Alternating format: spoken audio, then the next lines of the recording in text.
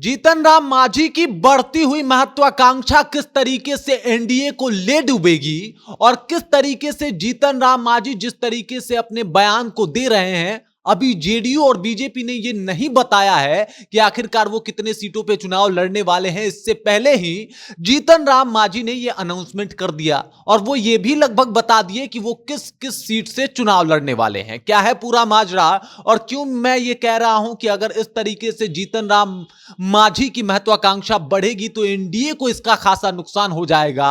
इसके बारे में मैं आपको पूरी जानकारी देने वाला हूं, लेकिन उससे पहले मेरा नाम है रजत और आप देख रहे हैं जनता जंक्शन।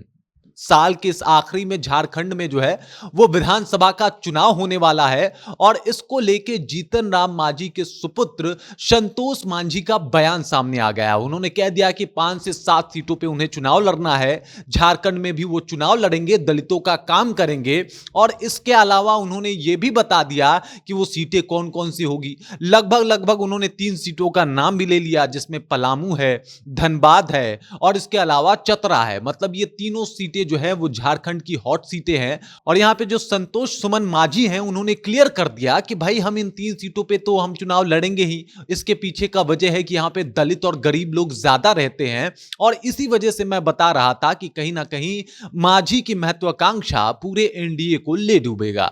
अब मैं आपको यह बता दूं कि जीतन राम मांझी जो है वो बिहार में चुनाव तो लड़ते हैं, लेकिन अब उनका मन बन गया है झारखंड में चुनाव लड़ने का। इसको लेके जो है वो लगातार झारखंड पहुंच रहे हैं। और इसके अलावा मैं आपको यह भी बता दूं कि संतोष सुमन जो कि जीतन राम मांझी के बेटे हैं वो भी झारखंड पहुंच गए हैं और विधानसभा चुनाव से पहले उन्होंने अनाउंसमेंट कर दिया कि हम चाहते हैं कि हमारे पार्टी का विस्तार हो। इसके लिए उन्होंने 7 सीटें भी मांग ली और कहा कि लगभग 5, 6, 7 सीटें हमें चाहिए और 3 सीटों का नाम भी डिक्लेयर कर दिया कि ये 3 सीटों तो जो है हमें चाहिए ही चाहिए। अब आप जरा सोचिए, अभी तक जेडीयू ने ये नहीं बताया, अपना पत्ता नहीं खोला है कि वो कितने सीटों पे चुनाव लड़ रहा है। अभी एनडीए के किसी घटक दल ने ये नहीं बताया है कि झारखंड में वो कितने सीटों पे चुनाव लड़ेगा।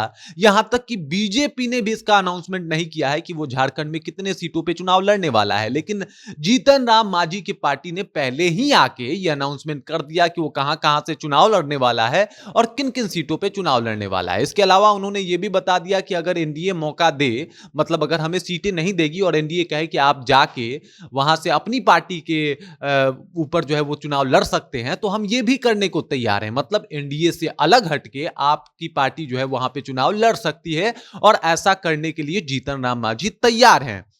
ये बात जो है वो संतोष सुमन बता रहे थे मीडिया के सामने और लगातार इस बात का जिक्र कर रहे थे कि हमें गरीबों की मदद करना है, लोगों की मदद करनी है, अपने पार्टी का विस्तार करना है। मतलब कुल मिला के बात यह है कि गठबंधन, जो कि एक तरीके से गठबंधन का एक धर्म माना जाता है कि जब तक जो भी फैसला होगा वो गठबंधन की तरफ से आएगा, लेकिन अपना बयान जब सामने परोसा जाता है तो सीधे सीधे तौर पर इसका गठबंधन को नुकसान हो सकता है और ये बात पता चल सकता है कि आपके मन में क्या है, आपके जहन में क्या कुछ चल रहा है और इसका फायदा जो है वो विरोधी दल भी उठा सकते हैं। क्योंकि आपका मन है अगर 7 सीटों पे चुनाव लड़ने का, तो आप कहीं ना कहीं कोशिश कर रहे होंगे और वो कोशिश में आपका साथ विपक्ष भी दे सकता है।